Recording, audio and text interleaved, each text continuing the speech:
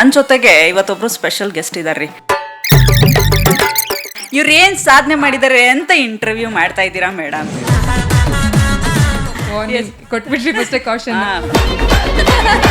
ಚೆನ್ನಾಗಿ ದುಡ್ಡು ಮಾಡ್ತಾರೆ ಹಂಸವರು, ಸರಿಗೆ ದುಡ್ಡು ಮಾಡ್ತಿದ್ದಾರೆ, ಸಿಕ್ಕಾಬಟ್ಟೆ ಬ್ರ್ಯಾಂಡ್ ಪ್ರಮೋಷನ್ಸ್ ಬರುತ್ತೆ.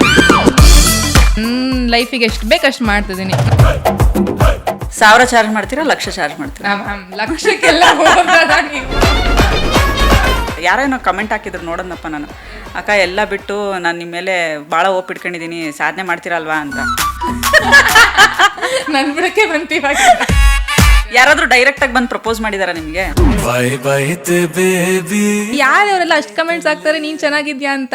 ನೀನ್ ಚೆನ್ನಾಗಿದ್ಯಾ? ತುಂಬಾ ಟಫೆಸ್ಟ್ ಫೇಸ್ ಅಂತ ಯಾವ್ದಾದ್ರು?